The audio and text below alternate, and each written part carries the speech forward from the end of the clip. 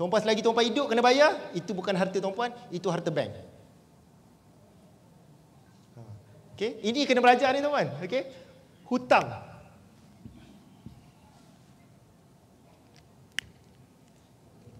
Apa saja hutang yang membuatkan kita bertambah miskin?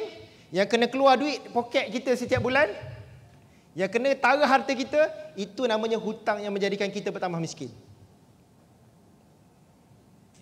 Yang saya sebut beli rumah tadi bukan cash tau, 1.8 juta 700 ribu. Tapi tuan-tuan tahu tak, mereka beli rumah tak keluar duit 10 sen pun. Deposit tak payah keluar, bulan-bulan duit masuk dalam poket. Saya tanya, beli rumah 1.8 juta ni, berapa minimum income daripada rumah tu? Minimum worst case scenario 1,000 sebulan masuk poket. Wah, dah lah beli rumah tak payah keluar duit. Setiap bulan 1,000 sebulan masuk poket. The best scenario 5,000 6,000 setiap bulan. Tuan-tuan nampak tak? Macam mana orang kaya buat hutang? Beli rumah bukan tarah duit gaji, bukan tarah saving.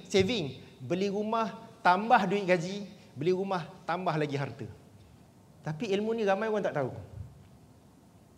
Jadi mereka semua saya suruh beli. Yang kat depan ni, leaders ni, founder master dealer ni, saya cakap target 1 tahun beli 1 rumah. Rumah yang pertama dah dapat cash flow elok, tiap-tiap bulan duit masuk poket, pergi beli rumah kedua. Yang tu settle, pergi beli rumah ketiga, keempat, kelima. 10 tahun minimum kena ada 10 biji rumah semua. Okey? Tapi kewangan tu pun kena betul dulu. Saya bukan suruh pergi melompat sana.